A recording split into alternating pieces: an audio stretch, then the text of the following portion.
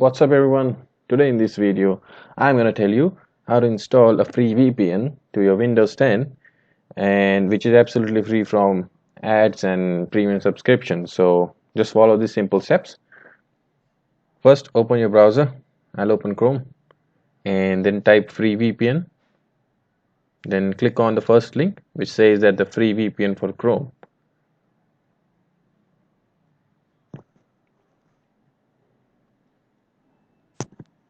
Now a tab opens in that. On the right hand side you see that there is an add to Chrome which adds it into the extension box of yours.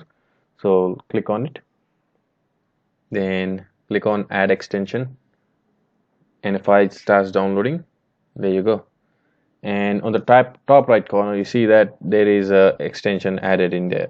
Okay, so we'll click on extensions. There you go, the free VPN you can see there on my cursor. Now click on it, click on continue, click on start, and there you go. There's a power button, big power button. You just press it and you are ready to roll. Yep, they're absolutely free and just simple steps. Now thanks for watching. Please